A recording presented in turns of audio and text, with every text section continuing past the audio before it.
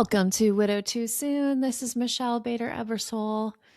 Happy Memorial Day to you. Actually, you're listening to this the day after Memorial Day, but that's what day it is today. And it's been a little bit since I've done a solo episode. And I had some things that I definitely want to talk about because I just crossed a very, very big date. And that is the 6-year anniversary of Luke's death. May 23rd, just a few days ago, was the 6-year anniversary, and it's been a weird one. They're all different, they're all unique. For me personally, they don't hurt as bad as they used to. Let me just back up the train and back it up, let it begin. Okay, sorry if you're new to this podcast. Sometimes I break out in song. It's kind of weird by myself. When I had a co-host, it made a little more sense. But sometimes now, back it up, back it in, that song. Never mind. Okay, I'm tired, but I just wanted to get this podcast out while it's all fresh in my mind. Anyways, backing it up, the very first year, I'll tell you what we did. Now, everybody does things different. And then I'll tell you what we've done since then. I'll tell you what we did this year and what I was feeling this year, 6 years out. So the very, very, very first year, we had just moved into our new house. I also don't believe you can't make any big decisions in your first year because I moved 11 months after Luke died. I think it's different for everybody. I actually knew I was going to move before he died. So that's a whole other story. But anyways, I was in my new house and, the very last thing that Luke and I ever ate together was a grilled cheese sandwich because he asked me like at midnight of his very last night he was alive. He asked me to make him a grilled cheese sandwich, which was a big deal because he never asked me to make him any food. That's a story for another day. No, basically he just liked making his own food. So I never really learned to cook much. So it's a good thing I'm married to someone now who likes to cook. Anyways, okay, I'm getting off topic. So I invited all of my family over, my immediate family and Luke's. They weren't able to come because they didn't live in the area, but all of my family, like my parents, my brothers, my nieces, my nephews, everybody. And we had grilled cheese sandwiches. And that was really special because that was like the last thing I had with Luke. And then I got all of these green and yellow helium balloons. Please don't come after me and say this isn't environmentally friendly. It's what I chose to do. I've heard there's balloons you can buy now that are better for the environment, but I didn't know about it at that time. This is how I dealt with my grief. So we all wrote messages to Luke. I'm doing that in quotes because I know he's not getting the messages, but it was something like how we dealt with our grief. And so everybody wrote messages. And I have this video. It's beautiful. Of course, I had the haters on TikTok who said, that's so bad for the environment. Don't do that. But we released balloons and it was so beautiful. And then we watched a video I had made, I think I made it for the celebration of life. I had made a video of like 15 to 20 minutes of him and we watched it. And it was a big deal that first year, and some people don't do anything. It's completely up to you. I'm not telling you how to do it, how not to do it if you're not at the year yet. But that's how I did. So then what we started doing is, okay, well, what do we do year number 2? So the kids and I decided to go to Luke's favorite restaurant, which is called Red Robin. They don't have it everywhere, but it's also Haley's favorite. I'm kind of honestly sick of it, but I keep going because of the kids. And we go there, and the first few years I had the kids say like memories. We all shared a memory. And then that kind of got old after several years. So I think 2 years ago we switched it up and I said, this year, let's do like if you were sitting across from your dad, what would you tell him that you've accomplished in the last year that you're proud of? And so that's been a really fun tradition of doing that. And so last year, it was the 5 years. So we did something bigger. We went away to Seaside, Oregon, which is like his favorite beach. And just me and the kids went, and that was fun. And just kind of made a bigger deal on the 5 year. Also on the 5 year is when I released my book, which means my book, Widow Goals, Steps to Finding Peace When You Lose Your Spouse, is now 1 year old. I didn't even celebrate its birthday because it lands on a big day. I haven't checked, but I think I've sold close to 2,000 copies, which is really awesome in the book world. Well, in the book indie world, like self-publishing, that's a big deal. Anyways, so this year, let me fast forward to this year. Um, I was kind of feeling a little bit like off all week. I think it's almost like the anticipation, even though like I don't have daily grief, right? The big moments I do, and just knowing it was coming. I woke up early, and he died at about 6:15 a.m. And so I woke up and couldn't sleep, that morning, May 23rd, just remembering what that morning was like. And I have episodes all about that. So I'm not going to go into the details, but he died suddenly of a blood clot, even though he had cancer. And it was very quick, very like not expected. And so really hard morning. And so I was kind of reliving that in my mind. And the day to me, the 23rd, will always feel strange. It's just like, that's the day my husband died. Like, and something that surprised me the very first year, nobody remembered. And like, unless you tell them, please put this in your calendar, they will not remember. I mean, I was devastated the first year. Even my best friend forgot, but now she does not forget. She was like the first one who called me this year. She does not forget. She put it in her calendar, never forgets now. And she was even with me the day that it happened, but people don't remember. They usually remember like the time of year, but they don't remember. So if you haven't crossed that threshold of the year, or your anniversary is coming up, I'm going to give you the advice to tell your friends and family, this is really important to me. Could you please put it in your calendar? I even had a friend who last year, I even sent her a video. On the 5 year, I was sending people, she never responded. And so I told her how that hurt me. And this year she texted me right away. So I actually was pleasantly surprised that I woke up to like 6 or 7 texts. That's not supposed to be funny if you have a middle schooler. 6, 7, or is it 7, 8? No, it's 6, 7. You know what I'm talking about. I didn't mean to be funny, but anyways, so I woke up to several texts, and I was happily surprised. Now, most of them were widows, right? My widow friends, they get it. There's several of us who have dates that are really close together, and we remember each other's dates. So I woke up to a bunch of those, and I was just surprised how many people remembered without me posting. And that was a pleasant surprise. I spent about an hour writing. In fact, I'm going to read that right now. Writing something to post on Facebook. I didn't want it to be the same thing I did last year. Like some people post, some people don't. It's important to me. Like, I like posting every year and kind of changing it up. So I posted like 20 some pictures, maybe 30 pictures of him. And this is what I wrote. And so I spent about an hour or more that morning writing it. 6 years. How do I even begin to put into words what 6 years feels like?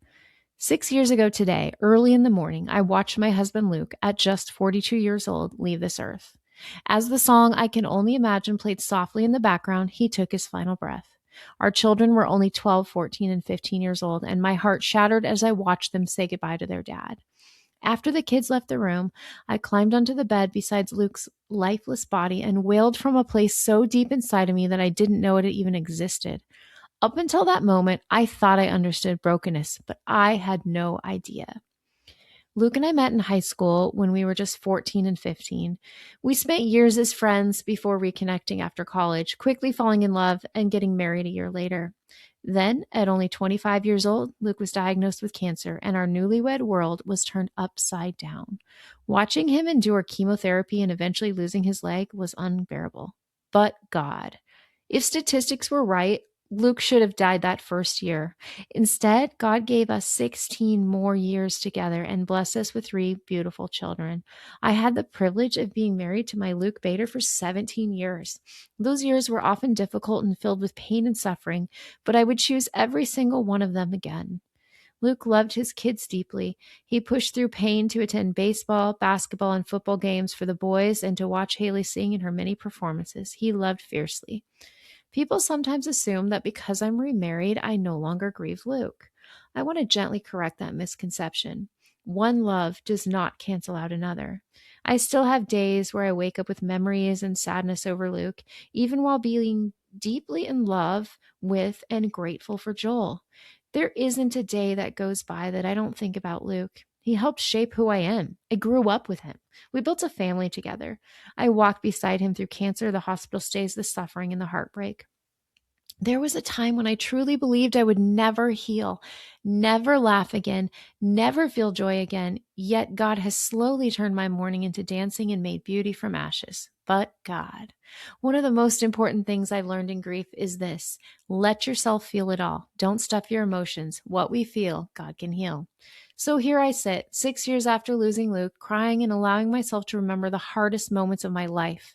I woke up early this morning, reliving those final moments. But God, I can also look back and see how faithful He has been over these past 6 years. I truly believe He has taken me from barely surviving to thriving. Widows and grievers, if you're reading this, please hear me. As long as there is breath in your lungs, God still has a plan for your life. I never would have chosen this path, and my heart still aches for my children and all they lost. But I can see the goodness of God woven throughout even the deepest pain. If you're a new widow, please hear this from someone who once thought she would never survive. It will not always hurt this intensely.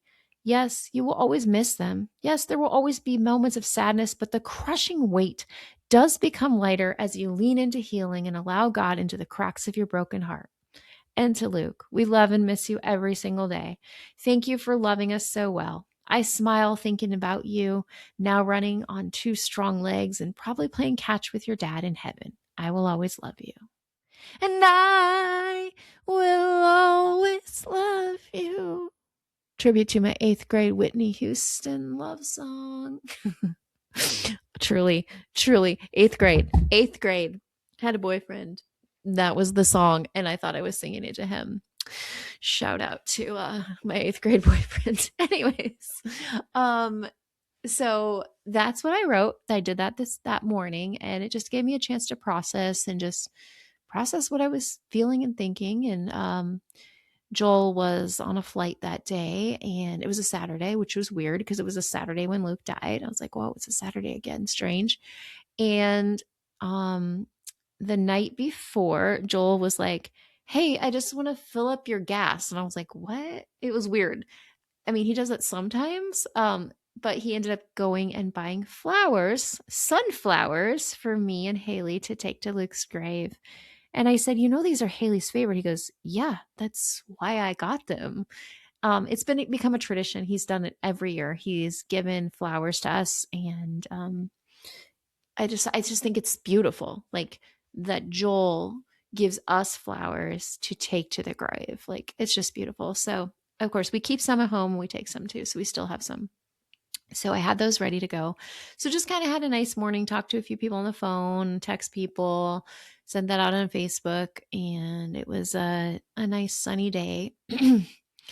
And then Haley and I went in the afternoon to the grave, and it was super crowded because this year, the 23rd, fell only 2 days away from Memorial Day. Normally it's like a week away from Memorial Day, and so it's not crowded, but I didn't like it because normally we're the only ones, and like sometimes I know I'm not talking to Luke, I talk to God, but I talk at the grave, and I didn't really do it this year because there were people all around. And so Haley and I spent some time there and, just kind of cleared off his little grave marker, and we put flowers there.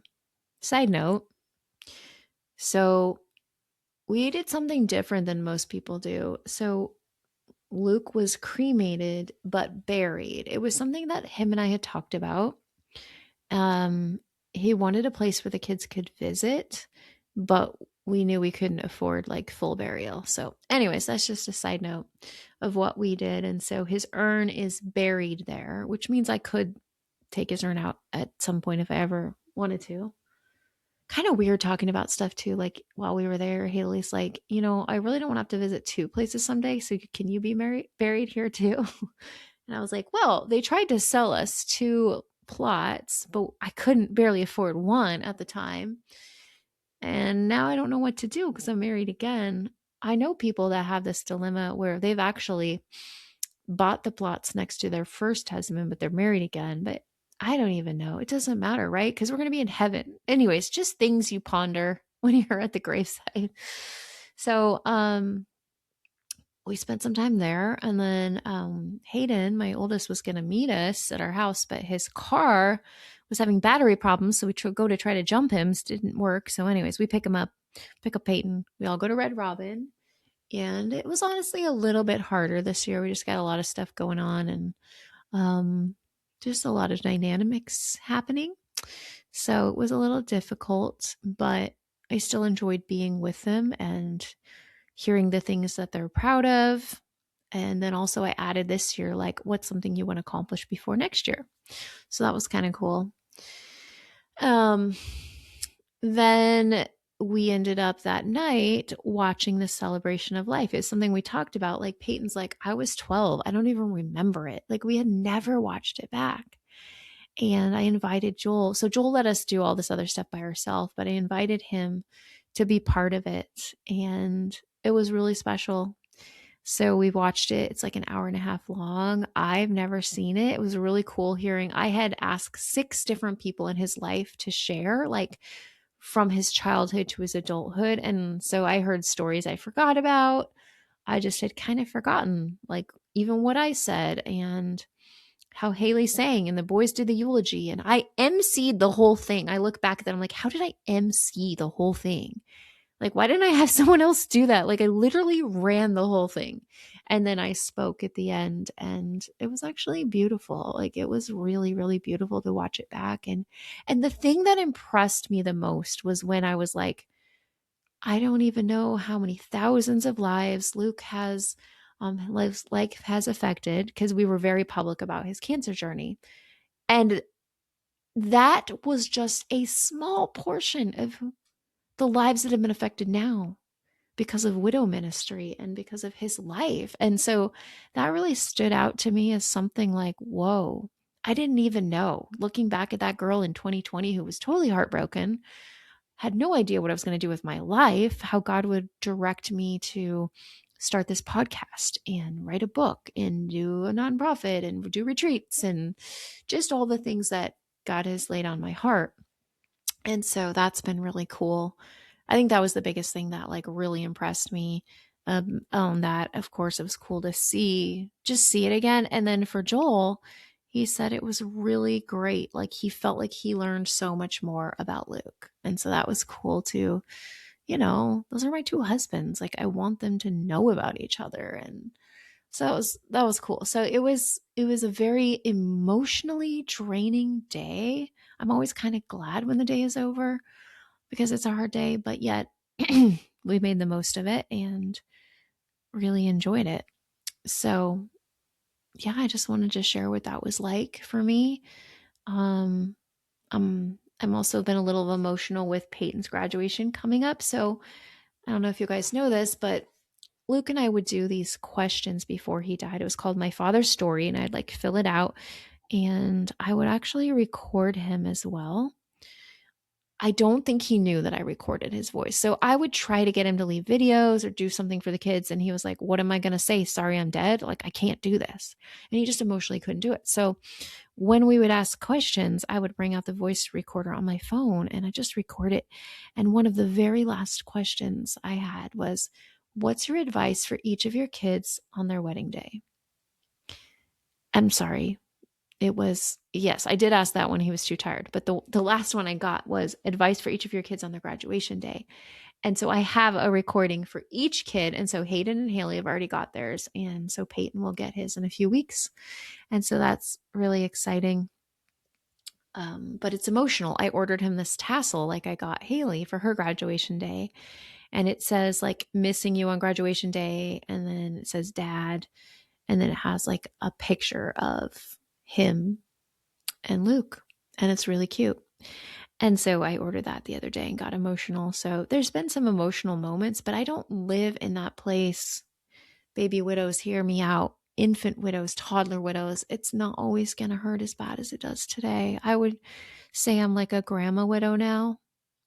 Well, maybe I'm like a mom widow because I'm 6 years out. I think when I'm like 15 years out, then I'm a grandma. I don't know. Because I look at somebody like Debbie Sushak, who's been on the podcast many times. She's a grandma widow. She's over 20 years. She knows way more than me about widow stuff. So I'd say I'm a mom widow. So anyways, babies, toddlers, infants, It's not always going to hurt as bad as it does today. I promise you. That's all I wanted to know when I was a brand new baby widow is please tell me it doesn't get this bad. I think it's the worst advice in the world when people say, oh, the second year's so much harder. How do you think that makes a baby widow feel? That newborn widow who can barely survive, and they're hearing that when they're like an infant and a toddler, it's going to be worse. And I think it's the worst advice. And for me personally, it was so much better the second year, so much better. Anyways, that's one of my pet peeves when you tell a brand new widow that it gets worse. Even if you believe that for yourself, please do not say that. I see people do it. And when I see it, I delete it on my Facebook pages. I'm like, that is the worst advice you can tell a brand new widow because they're already so overwhelmed. So even if it is personally true for you, please don't tell a new widow that. Like, please. Anyways, that's another. I got lots of pet peeves. There's things that bother me, but that's definitely one of them. But I wanted to talk about a couple other things before I wrap it up. I'm very excited. A week from today, I am speaking at my first retreat that's not a widow retreat. It's called Water Walking Faith, and it is in Stehekin, Washington. So it's like a 5-hour drive, and then we take a ferry. But it looks like we might get to fly. Joel might get to fly me there, which is awesome.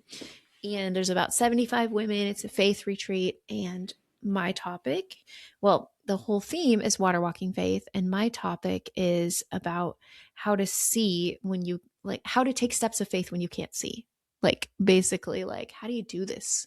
And so I'm very excited, but I'm a little nervous. If you guys could pray for me if you get this before next week, which hopefully you do. They want me to speak for an entire hour. I have never spoke for an hour except for on podcasts. So I think I'm going to pretend it's a podcast and there's no PowerPoint. So I'm really digging deep. I'm very excited, but the whole thing is on note cards. And I've got some fun interactive things. My teaching is coming out that I'm going to do. And then I'm also speaking for another 45 minutes about grief, but that's easy. That's going to be like grief education, grief myths, just like grief basics. And so I'm not as nervous about that one because that's really like just education based. This other one is going to be like my story woven in with all these concepts about like how can you trust a God you don't know, and like how we need to dive deeper into trusting God. What are the times he's already been faithful in our lives? Anyways, I will probably, when I'm practicing it, record it as a podcast. So you'll probably hear it anyways. So I'm working really hard on that and very excited. It's been my dream to speak at retreats, and here I go. Here I go again. Okay, sorry. Anyways, it's way more fun when there's someone else to sing and laugh with you. Not as much by yourself, just feel a little weird, but I'm secure in who I am. It's all good. I think if you are a solo podcast like host, you have to be secure in who you are because you sit for hours and talk to yourself. And you got to be good with that. I mean, I love talking to guests too, but I don't know. There is something I really love about solo episodes. I think it's because there's absolutely no one around, at least not at the moment I'm recording. And I can be 100% myself and authentic. And I am who I am, who I am.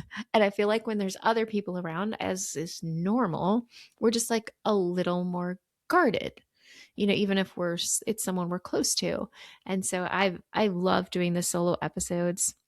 I got big plans, guys. I got to tell you about this too. So you guys have been hearing for months that I'm launching another podcast, and you've been enjoying those Out of the Fog episodes. So in a few weeks, I will be launching it as its own podcast, and we'll continue to have Widow Too Soon. But if you're like, what's next? How do I get out of the fog and into the light? Then you'll want to come on over to that podcast and hear stories of how people overcame all kinds of things, not just widowhood. I really want to branch out and expand and reach more people than just widows. I'm always going to live my widow peeps. I'm doing a heart. Actually, Haley told me that's not how you do a heart. It's different now. I can't even remember. If you're looking at the video, it looks crazy. She's like, no, that's the old way of doing the heart. Okay. Um, anyways, yeah, I don't think I've even shared this. So we got to go to Hawaii. Shout out to Mandy Felt. Mandy is a widow I met at the widow's retreat. She was a little bitty baby widow, came all the way. She saw a TikTok about the retreat, got on a plane, and came to retreat, and was so brave and met so many great friends. And she's coming again this year. But, anyways, she let myself and my whole family stay with her in Oahu. And it was beautiful and wonderful. And I absolutely loved it. So just wanted to share that. We had a great time with my kids. My parents were there. Joel was there. And it was such an amazing blend of all of my family together. That was just a little side note. A couple other things I wanted to bring up. I have been doing my online private network for a little over a month and absolutely loving it. It's still quite a small network. I think we have maybe 14 or 15 members, which makes it so personal. There's these like so many widows that I knew not very well, but now I know them well because we do several Zooms a week as well as interactive questions. We have a theme every month. The theme of May is Who Am I Now? And we're really discussing like, who am I now? And like, who do I want to become? We're going through different topics. So every month we'll have a new theme, and super excited to continue to build this network. And also, you can take the entire Widow Goals course. I created videos and worksheets and quizzes and all kinds of things. So you can take the book, you probably already have the book, and you can go through it on the course. With me. And then if you're like, Michelle, I feel like I'm just stuck in my grief. I need a little help. I want more than just like a group Zoom or your course. I want to talk to you personally. And it's taken me a while to like own this, but it's kind of like I have a PhD in grief. Like I've been through a lot.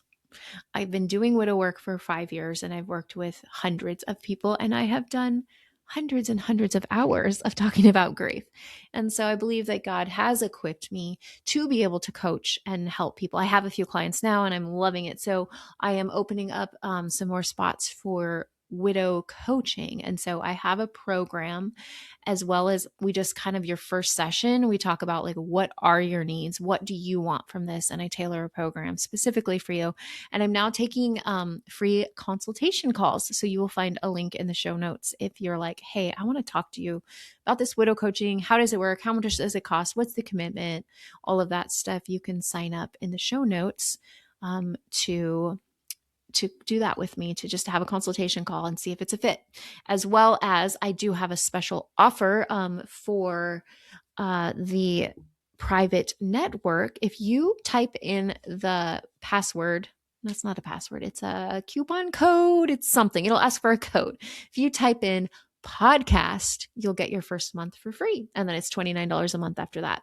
And that just goes to the fees of paying. I have to pay for the network. And then of course for my time and all of that stuff. But we'd love to have you join us over there. I'm absolutely loving it. Like the widows that are participating, I'm really getting to know them well. And I feel like I'm able to support them better because it's not like my public page with 13,600 people. Which I'm grateful for. That's great. But I was really desiring like a smaller community where I can really have an impact and talk to people. And anyways, I am blah, blah, blahing as Rob used to say, blah, blah, blahing. But my blah, blah, blahing by myself is kind of like boring, right? Anyways, if you're still here, thanks for listening. I think I'm going to wrap it up for today. And if no one's told you you're amazing, it's not always going to hurt this bad. And I'm going to close in prayer for you. Dear God, I just thank you for this day. And I thank you for every single listener who's here. They're not here by accident, God. You have them in the palm of your hand. They are right where they need to be. God, they're not on the wrong timeline in the wrong place, no, you've got them where you want them, God. And I just pray that you heal them in the way that only you can. Heal them in the cracks of their heart. God, give them some joy today. Help them to see you, help them to feel you, and know that like there's a purpose in their pain. You're gonna make beauty from their ashes, and it's not gonna be all for waste and for hurt. You've got a plan. Pray that they trust you in the middle of their storm, God, whatever their storm is, that they trust you. And I just thank you for this day. Amen. Just for old funsies' sake, if you like this podcast, give a little bing, 5 stars on Apple Podcasts, Spotify, or anywhere you listen. Do you guys remember? If you're like a new listener, you're like, I have no idea. But for 3 years, over 3 years, I did that every time we were done praying. So sometimes I bring it back. Back streets, back. All right. Okay, that's enough of my singing. Haley can't stand it when I sing. You know, Haley, my daughter, is like an amazing singer. She cannot handle when I sing. She would just be like, what if she heard the singing? Anyways, I love you all. Even if I've never met you personally, please reach out. You can always email me, michelle@widowgoals.org, if you have questions, want to talk about something, anything we talked about. And don't forget to get your free month by putting podcast. And also, you can sign up to have a free widow coaching consultation with me. I look forward to talking to you soon. Have a wonderful day.